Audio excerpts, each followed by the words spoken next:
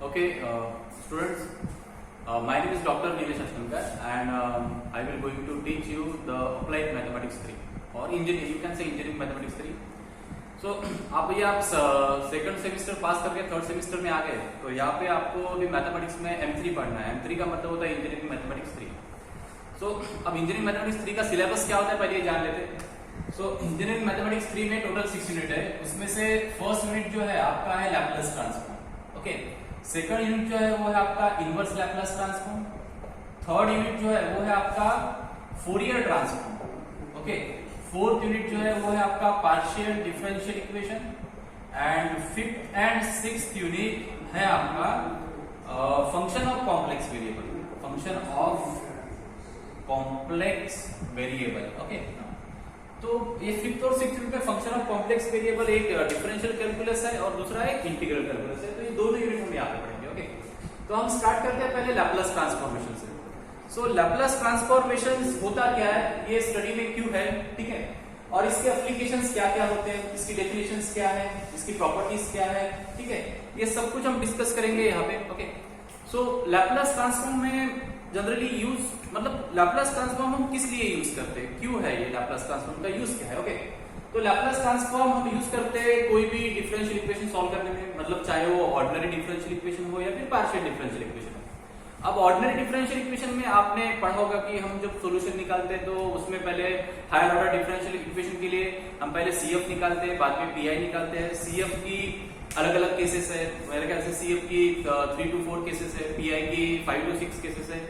तो पहले CF निकालो, बाद में PI निकालो और बाद में कंप्लीट सॉल्यूशन लिखो, ठीक है, इट्स अ लेंथी प्रोसेस।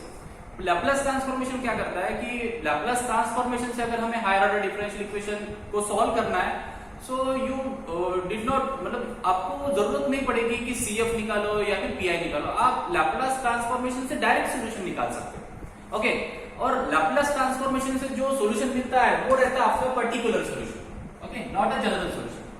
तो पर्टिकुलर सॉल्यूशन आपको मिलेगा by using Laplace transformation. Okay, Laplace transformation का यूज होता है पार्शियल डिफरेंशियल इक्वेशन सॉल्व करने में। ओके, लैप्लास ट्रांसफॉर्मेशन का यूज होता है नेटवर्क एनालिसिस में, न्यूक्लियर फिजिक्स में, ठीक है, मिक्स प्रॉब्लम में या फिर फिजिक्स के कुछ प्रॉब्लम सॉल्व करने में भी लैप्लास ट्रांसफॉर्मेशन का यूज होता है। So that is the use of Laplace transformation, that's why the Laplace transformation is included in your syllabus. Okay, now अब ये प्रोसेस क्या होती है, सपोज करो कि मुझे कोई एप्लीकेशन सॉल्व करना है लैप्लास ट्रांसफॉर्मेशन का, तो आपको एक इनिशियल वैल्यू प्रॉब्लम दिया जाएगा।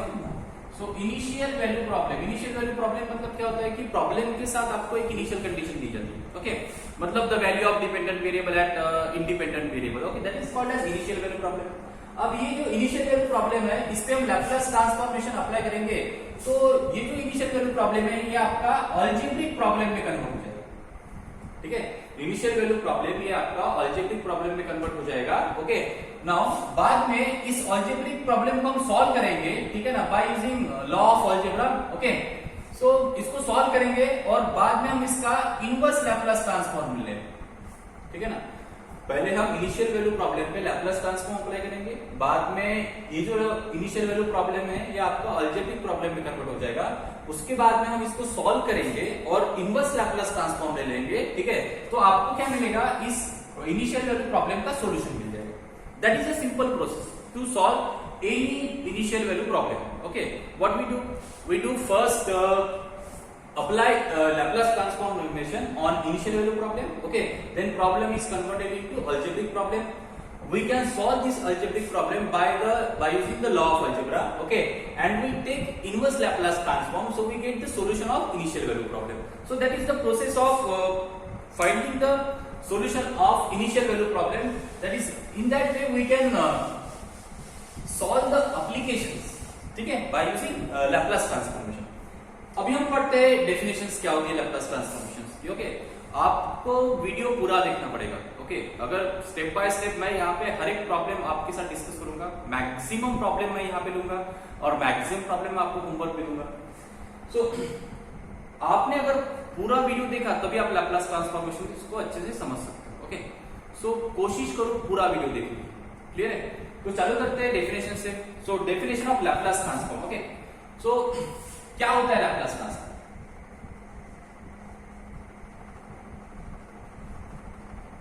ओके, लैप्लास ट्रांसफॉर्मेशन को मैं shortly L dot T dot में लिख सकता हूं। ओके, L डॉट T डॉट मतलब Laplace transform.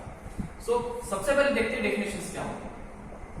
So definition of Laplace transform. Okay, so let f of t be a function, f of t be a function of t, okay, and here t is greater than equal to 0, then Laplace transform of f of t is defined and denoted by okay now so मेरे पास एक function है f of t, okay, और वो f of t जो है ये function है t का, और यहाँ पे जो t है ये ग्रेटर देन इक्वल टू 0 है। ओके, मतलब ये जो वेरिएबल है t आपका ये पॉजिटिव वैल्यू लेगा, ओके, नेगेटिव वैल्यू नहीं लेगा, आइदर 0 लेगा नहीं तो फिर 0 से बड़ी लेगा। सो यहाँ पे जो t होना चाहिए वो रियल होना चाहिए और वो पॉजिटिव होना चाहिए। Okay, so then Laplace transformation of f of t is defined and denoted by, so Laplace transformation is denoted by capital L। Okay, Laplace transformation is denoted by capital L। अगर हमें Laplace transformation f of t का लेना है तो curly bracket में लिखना पड़ता है f of t। Okay, we call here Laplace transformation of f of t, and Laplace transformation of f of t is denoted by Laplace of f of t or f bar of s। Okay, f bar of s, and its definition is integration with limit t equal to 0 to infinity e to the power minus st into f of t into dt। Okay, now that is the definition of Laplace transform।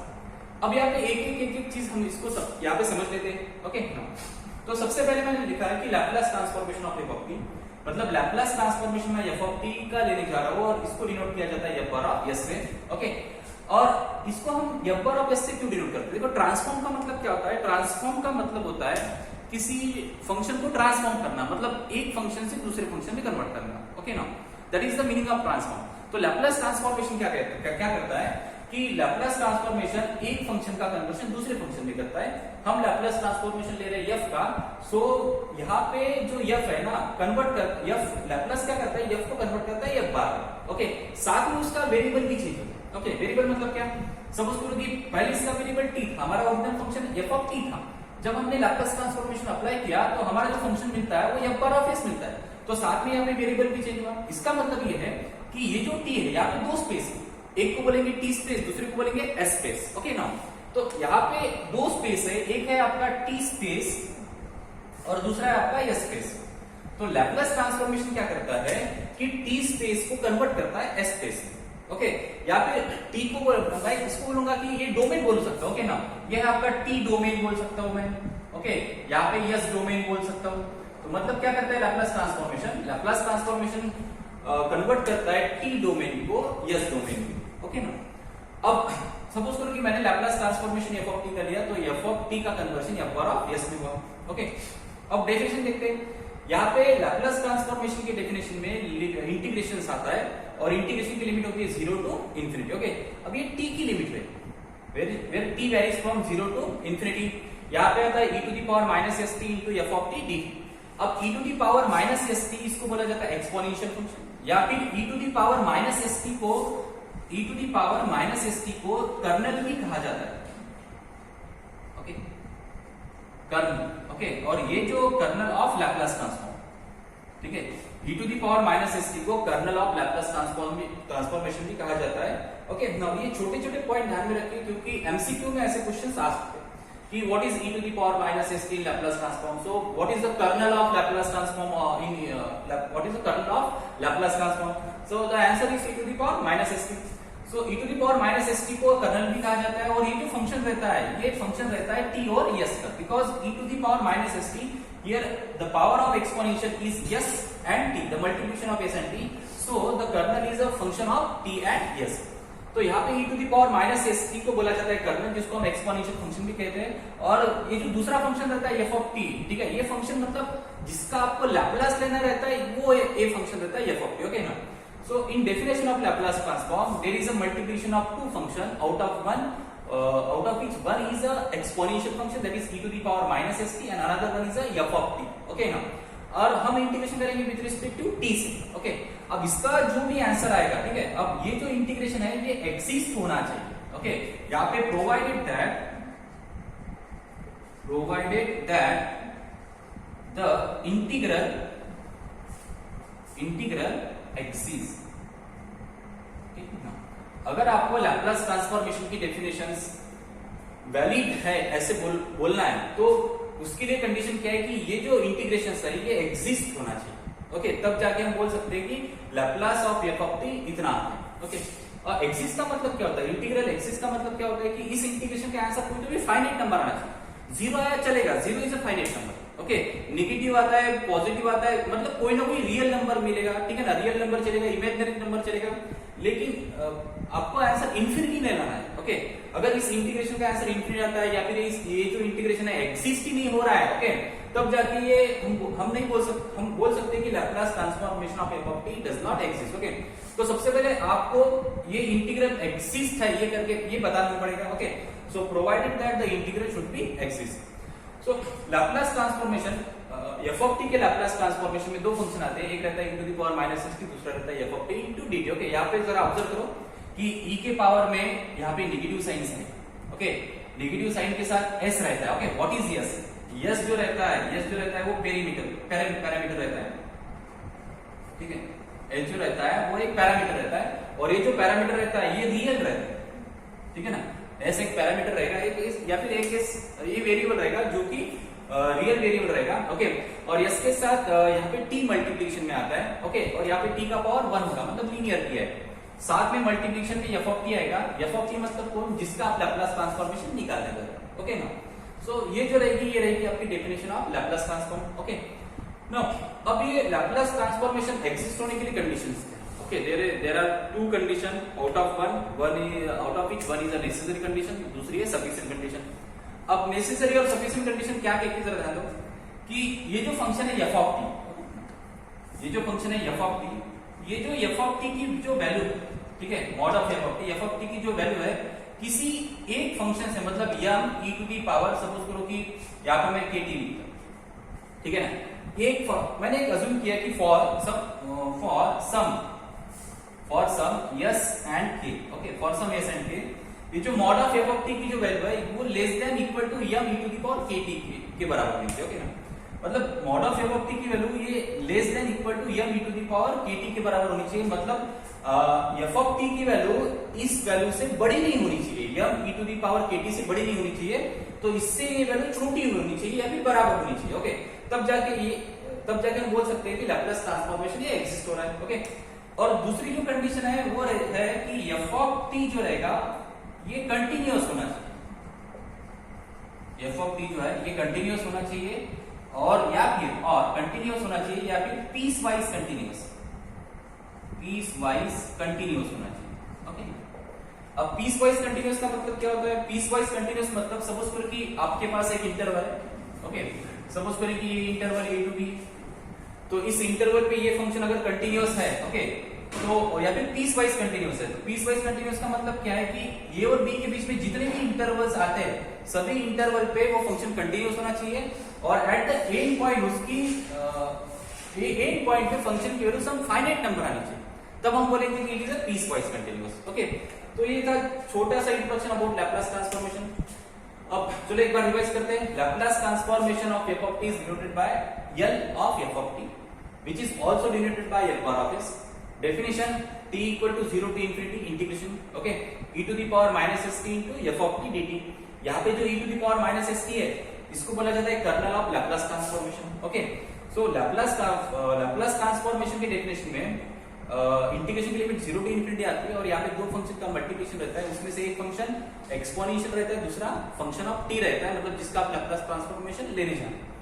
यहाँ पे e के power में negative sign होनी ही चाहिए, तब जाके हमारा integration exist हो सकता है। ओके, यहाँ पे एक वेरिएबल आएगा s, ठीक है, इसको हम बोलेंगे पैरामीटर, और ये जो है ये रियल नंबर होना चाहिए, और यहाँ पे t आना चाहिए मल्टीप्लिकेशन में, जो t रहेगा आपका ग्रेटर देन इक्वल टू 0 रहेगा, और यहाँ पे f ऑफ t रहेगा, ठीक है, इनटू dt।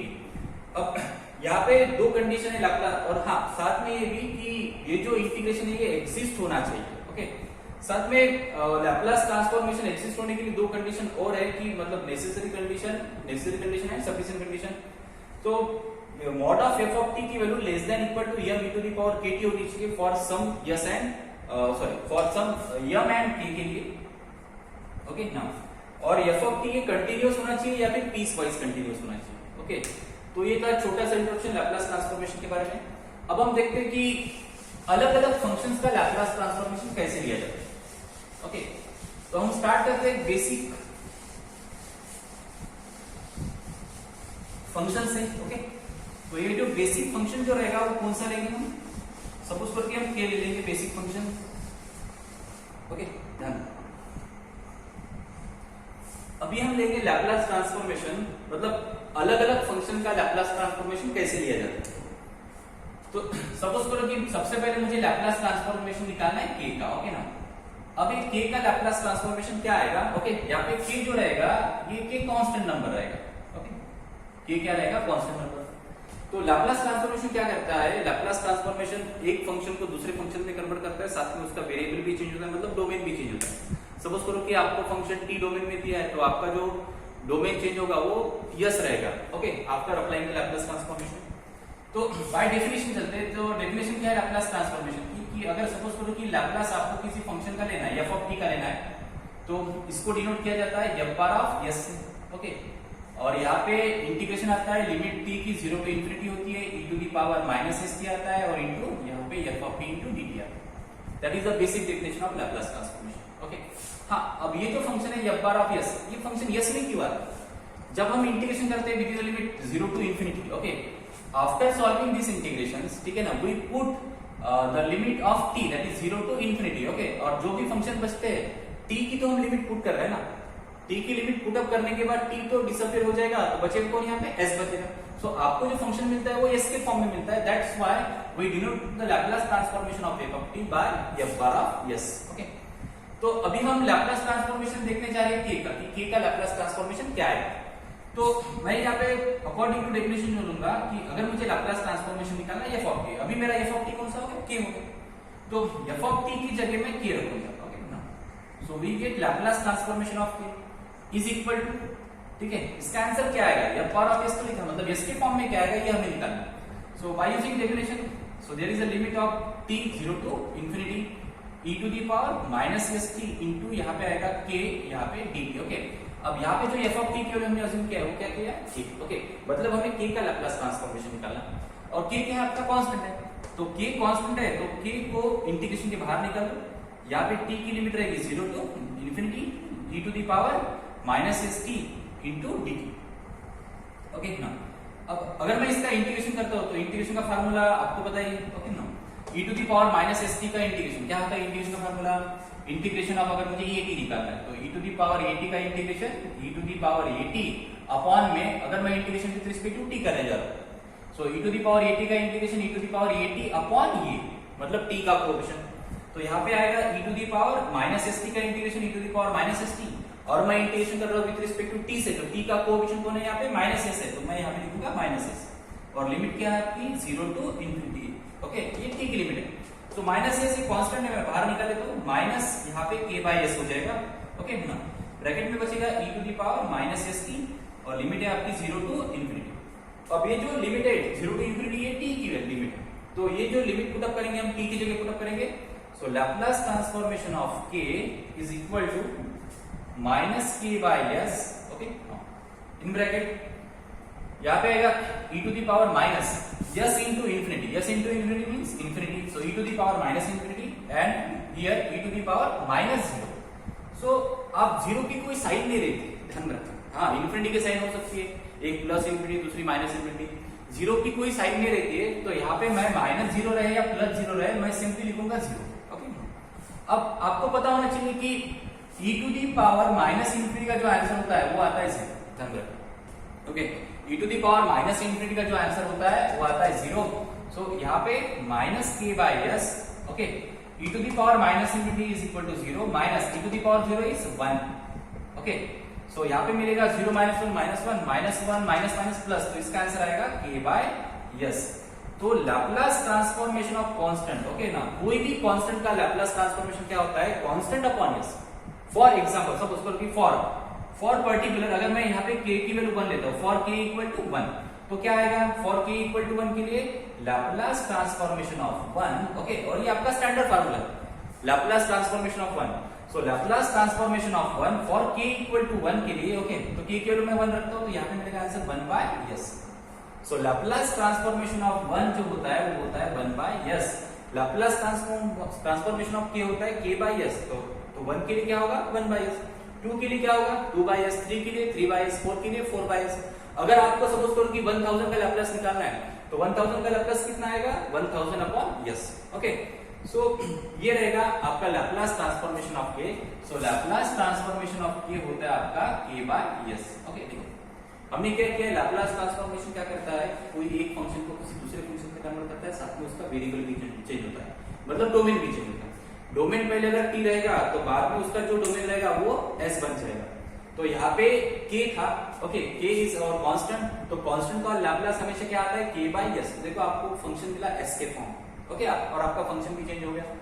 सो इसी तरीके से हम बाकी फंक्शंस के भी लैप्लास ट्रांसफॉर्मेशन देखेंगे. ओके, आप इसको कॉपी कर सकते हो, वीडियो पॉज करके पहले इसको कॉपी करो, ठीक है, और अब हम चालू करेंगे दूसरा formula. Okay, e to the power at का लैप्लास क्या होता है. सो कॉपी कर लीजिए.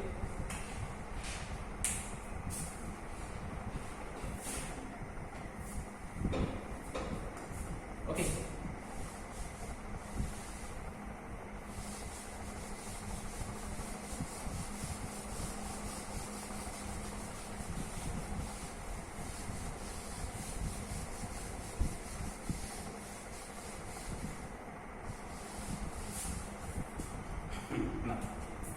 अभी हम देखेंगे कि Laplace transformation of e to the power at कितना होता है. ओके ना, मतलब एक्सपोनेंशियल फंक्शन का लैप्लास ट्रांसफॉर्मेशन क्या होता है.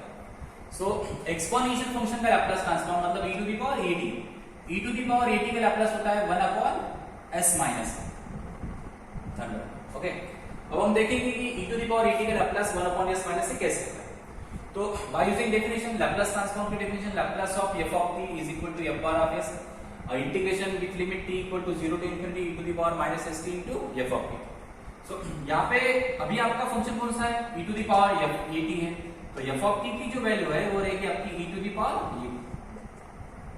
ओके, नाउ अब यहाँ पे use definition, here the limit of integration is 0 to infinity e to the power minus st, that is exponential function, और you can say that it is a kernel of Laplace transformation.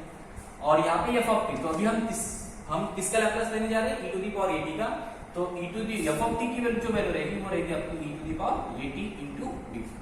Okay, अब देखो law of indices आपको पता है, छोटे छोटे law of indices. अगर यहाँ पे दोनों का बेस सेम है तो आप पावर की एडिशन करते हो, तो मतलब यहाँ पे कितना आएगा t equal to 0 to infinity, because ये दोनों एक्सपोनेंशियल फंक्शन के दोनों के पावर में t है, मतलब दोनों के दोनों t के फंक्शन है. ओके, यहाँ पे कांस्टेंट कोई नहीं, तो हम क्या करेंगे, दोनों का बेस सेम है तो पावर की एडिशन करके मतलब यहाँ पे आएगा e to the power minus st plus at, okay ना, इनटू dt. अब क्या कॉमन निकल जाएगा, कॉमन निकलेगा यहाँ से t कॉमन निकलेगा और माइनस साइन कॉमन निकालेंगे. सो यहाँ पे t equal to 0 to infinity, यहाँ पे e to the power minus sign common निकालता हूँ, यहाँ पे आएगा माइनस साइन कॉमन निकाला तो यहाँ पे आएगा प्लस s, यहाँ से माइनस साइन कॉमन निकाला तो प्लस का हो जाएगा माइनस, यहाँ पे आएगा ये और इनटू आएगा t, यहाँ पे dt, t को कॉमन निकालते हैं. ओके, और हम ये अज्यूम करेंगे यहाँ पे एक बार, ओके, s माइनस ये की जो वैल्यू है, s माइनस ये की वैल्यू जो रहेगी वो ग्रेटर देन 0 होनी चाहिए, मतलब पॉजिटिव होनी चाहिए. ओके, अगर s माइनस ये की वैल्यू ग्रेटर देन 0 नहीं होगी, मतलब पॉजिटिव नहीं होगी, तो ये जो इंटीग्रेशन है ये एग्जिस्ट नहीं होगा. ओके, क्यों एग्जिस्ट नहीं होगा, सपोज करो कि s माइनस ये की वैल्यू ये निगेटिव. ओके, अज्यूम करो कि s माइनस ये की वैल्यू निगेटिव है, तो ये निगेटिव, ये negative, negative into negative positive. Okay, और e to the power positive infinity जो रहता है उसका आंसर इंफिनिटी आता है, ठीक है ना. तो आपको इंटीग्रेशन का आंसर इंफिनिटी नहीं लाना. ओके, तो अगर इंफिनिटी आ गया तो मतलब this integral does not exist, हम ऐसा बोल सकते हैं. ओके, अब यहाँ पे जो s माइनस ए की वैल्यू है ये आपको अज्यूम करना है कि s माइनस ए की वैल्यू ये ग्रेटर देन 0 है, मतलब पॉजिटिव. अगर s माइनस ए पॉजिटिव है तो पॉजिटिव इंटू निगेटिव क्या होगा, निगेटिव, और e to the power negative infinity का जो आंसर रहेगा वो रहता है आपका 0. 0 is a finite. Okay, so we assume that s minus a greater than 0, that is we assume that s is greater than e. Okay, तो ये condition हम यहाँ पे लिखेंगे कि हमारे जो e to the power at के लैप्लास में, ठीक है, s से हमेशा ये से बड़ा रहेगा, that is s minus a greater than 0. Okay, अब इंटीग्रेशन करेंगे तो एक्सपोनेंशियल फंक्शन का इंटीग्रेशन तो आपको आता है e to the power suppose करो कि ये t है dt, ओके। मुझे इसका इंटीग्रेशन करना है तो इसका इंटीग्रेशन होता है e to the power at upon में t का coefficient that is v, okay. तो अकॉर्डिंग टू दैट यहाँ पे क्या होगा, यहाँ पे होगा e to the power minus s minus a into t, okay ना, अपॉन में t का coefficient. What is the coefficient of t? t का कोएफिशिएंट होता है माइनस यहाँ पे s माइनस a, और आपकी जो लिमिट है वो रहेगी आपकी 0 टू इंफिनिटी, ओके ना। क्या कांस्टेंट है, कांस्टेंट को बाहर निकाल लीजिए, इज इक्वल टू कांस्टेंट है आपका minus 1 upon s minus a, okay. Bracket में रहेगा आपका e to the power minus s minus a into t, limit है 0 टू इंफिनिटी, ओके। सो यहाँ पे minus 1 upon s minus a, okay. So minus 1 upon s minus a। अब सबसे पहले अपर limit put up करते हैं, तो यहाँ पे अगर मैं अपर लिमिट पुट अप करूंगा t की जगह तो ये आएगा e to the power minus t की वैल्यू इंफिनिटी है तो s minus a into infinity is infinity, so e to the power minus infinity minus e to the power 0, okay ना। अब देखिए is equal to minus 1 upon s minus a, okay. e to the power minus infinity की जो value होती है वो होती है 0, minus e to the power 0 जो होता है वो 1 होता है। सो इसको सॉल्व करने के बाद जो आपका आंसर मिलेगा 0 minus 1 minus 1 minus minus plus, तो आंसर मिलेगा आपको 1 upon s minus a, okay. तो ये जो लैप्लास ट्रांसफॉर्मेशन है ये किसका लैप्लास ट्रांसफॉर्मेशन है, ये e to the power at का। So e to the power at का लैप्लास ट्रांसफॉर्मेशन आता है, देखो, so therefore Laplace transformation of e to the power at ये आता है 1 upon s minus a, okay. अब इससे आप दूसरा भी फार्मूला डिराइव कर सकते हो। सपोज करो कि t का कोएफिशिएंट ये है तो यहाँ पे s माइनस a आता है, ओके। अगर t का कोएफिशिएंट माइनस a होगा तो क्या होगा, ओके। अगर t का कोएफिशिएंट माइनस a होगा तो सपोज करो कि अगर हम रिप्लेस करते हैं ये को माइनस a से रिप्लेस करते हैं, so therefore Laplace transformation of e to the power minus a, okay. Laplace transformation of e to the power minus a, ये कितना होगा, मैं अभी यहाँ पे ये को रिप्लेस कर रहा हूँ माइनस a से, तो यहाँ पे भी मुझे ये को रिप्लेस करना पड़ेगा माइनस a से, तो यहाँ पे यस, ओके ना। ये को रिप्लेस करो माइनस a से तो माइनस माइनस प्लस a, तो Laplace transformation of e to the power minus a कितना आता है 1 अपॉन s प्लस a, और e to the power at का लैप्लास कितना आता है 1 अपॉन s माइनस a। तो अभी हमने तीन फार्मूले देखे। लैप्लास ट्रांसफॉर्मेशन ऑफ k ये होता है k by s, Laplace transformation of 1 by s, Laplace transform of e to the power at ये होता है 1 upon s minus a, and Laplace transformation of e to the power minus at ये होता है 1 upon s plus a, okay. इसके आगे और भी फार्मूले देखते हैं, ओके। लेकिन फार्मूले आपको फार्मूले अप्लाई करने हैं, डिराइव करने के लिए एग्जाम में नहीं पूछे जाते हैं, ओके। तो मैं यहाँ पे आपको एक लिस्ट दे दूंगा फार्मूले की, ठीक है। हार्डली 10 फार्मूले, 10 फार्मूले आप लर्न कर लो, उसके बेस हम बाद में प्रॉब्लम लेंगे, ओके। अब प्रॉब्लम लेने के लिए आपको ट्रिग्नोमेट्री के भी फार्मूले कुछ लर्न करना पड़ेगा, तो इसके बाद जो है मैं लिस्ट बनाऊंगा लैप्लास के फार्मूले की और कुछ ट्रिग्नोमेट्री के फार्मूले की। वो लिस्ट अगर आपको एक बार याद होगी तो आप लैप्लास का कोई भी प्रॉब्लम कैसा भी सॉल्व कर सकते हो, ओके। उसके बाद हम देखेंगे प्रॉपर्टीज ऑफ लैप्लास ट्रांसफॉर्मेशन और हर एक प्रॉपर्टी के सेपरेट एग्जांपल्स, ओके। तो आज के लिए यहाँ पे स्टॉप करते हैं, थैंक यू।